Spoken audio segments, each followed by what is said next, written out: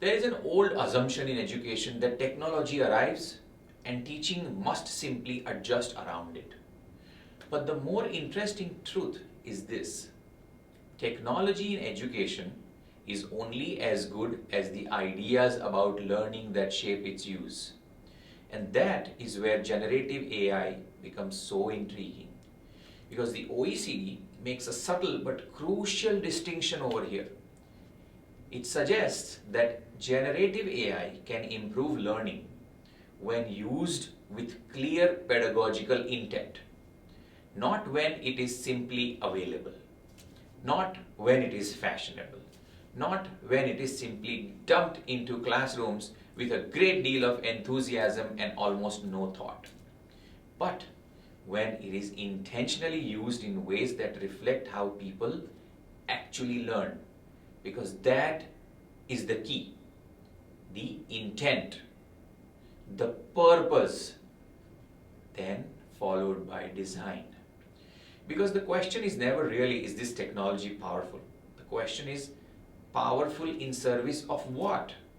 If used well, generative AI can support critical thinking, creativity, and collaboration.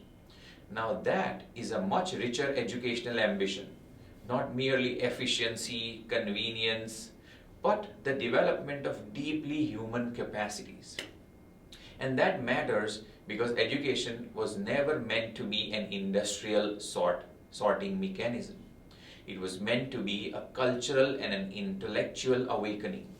It was meant to help young people learn how to think, how to imagine, how to make judgments, how to work with others, how to test their ideas, and how to discover that a world is far more interesting than a worksheet.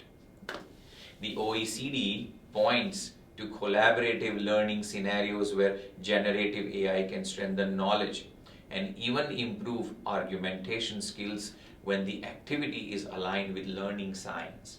It also highlights how generative AI can make more traditional digital tools more engaging and responsive. That's an important shift because suddenly AI is not just a machine that gives answers. It can become a conversational partner, a prompt for reflection, a nudge towards better reasoning, a challenge to a weak argument, a companion in exploration. And these are the things that opens the door to something quite exciting.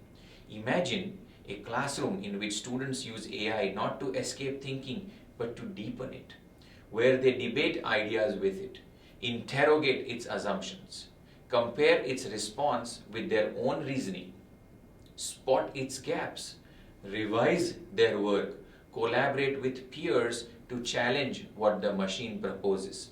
Now that is not passive learning. That is lively, demanding, intelligent learning. And perhaps that is one of the greatest opportunities here.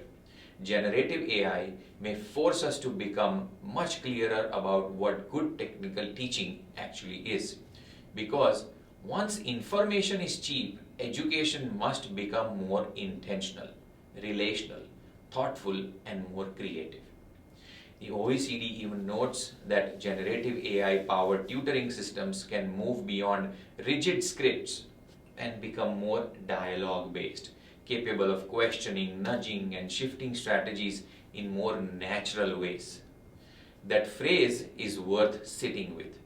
Questioning, nudging, shifting strategies. In other words, helping learners learn, not simply helping them finish.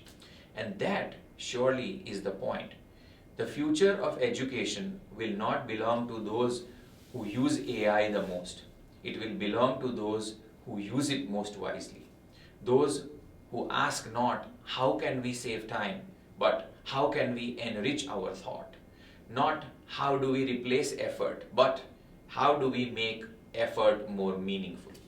Because the real promise of AI in education is not that it can think for us.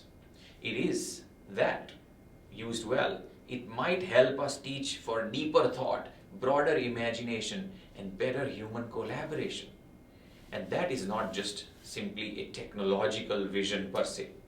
It is an educational vision